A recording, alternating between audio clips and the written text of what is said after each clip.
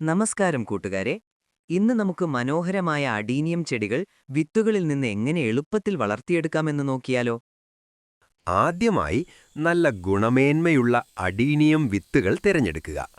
പഞ്ഞിക്കെട്ടുകൾ പോലെയുള്ള ഈ വിത്തുകളാണ് നമുക്ക് വേണ്ടത്. ഇതിന്റെ വിശദമായ വീഡിയോ നമ്മുടെ ചാനലിൽ കിടപ്പുണ്ട്, കാണാൻ മറക്കേണ്ട. വിത്തുകൾ വേഗത്തിൽ മുളയ്ക്കാൻ വേണ്ടി നടുന്നതിനു മുൻപ് കുറഞ്ഞത് ഒരു 2 മണിക്കൂർ സാധാരണ വെള്ളത്തിൽ കുതിർത്തു വെക്കുന്നത് വളരെ നല്ലതാണ്. ഫ്രിഡ്ജിൽ ഒരു ടിഷ്യൂ പേപ്പറിൽ പൊതിഞ്ഞ് സൂക്ഷിച്ചാൽ കുറച്ചുകൂടെ എളുപ്പത്തിൽ വിത്തുകൾക്ക് മുള വരും. ഇനി നമുക്ക് മണ്ണ് തയ്യാറാക്കാം. അഡീനിയത്തിന് വെള്ളം കെട്ടിക്കിടക്കുന്നത് ഇഷ്ടമല്ല. അതുകൊണ്ട് മണലും ചകിരിച്ചോറും തുല്യ അളവിൽ കലർത്തിയ മിശ്രിതം ഉപയോഗിക്കാം. അല്ലെങ്കിൽ മണൽ മാത്രം ഉപയോഗിച്ചും തൈകൾ കിളിർപ്പിക്കാം. വിത്തുകൾ നടുമ്പോൾ ശ്രദ്ധിക്കുക.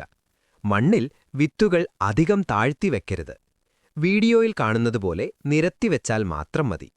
വിത്തുകൾ അടുക്കിയതിനു ശേഷം വളരെ നേരിയ അളവിൽ മാത്രം മണ്ണ് വിതറി വിത്തുകളൊന്ന് മൂടുക.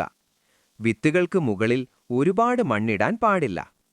തുടക്കത്തിൽ ഒരു സ്പ്രേയർ ഉപയോഗിച്ച് പതുക്കെ നനച്ചു കൊടുക്കുക. മണ്ണ് എപ്പോഴും ഈർപ്പമുള്ളതായിരിക്കാൻ ശ്രദ്ധിക്കണം. ഏകദേശം ഒരാഴ്ച കഴിയുമ്പോൾ തന്നെ നമ്മുടെ കുഞ്ഞു ചെടികൾ മണ്ണിൽ നിന്ന് തലപൊക്കി വരുന്നത് കാണാൻ നല്ല രസമാണ്. 2 ഇല പ്രായം കഴിയുമ്പോൾ നമുക്കിവയെ ചെറിയ ചട്ടികളിലേക്ക് മാറ്റാവുന്നതാണ്. ഇങ്ങനെ മാറ്റുന്ന തൈകൾ നല്ല സൂര്യപ്രകാശം ലഭിക്കുന്നിടത്ത് വേണം വളർത്താൻ. വെയിൽ കിട്ടുമ്പോഴാണ് ഇവയുടെ ചുവട് നന്നായി തടിച്ചു വരുന്നത്. അല്പം ക്ഷമയോടെ പരിചരിച്ചാൽ നിങ്ങളുടെ വീട്ടിലും ഇതുപോലെ അഡീനിയം പൂക്കൾ വിരിയും.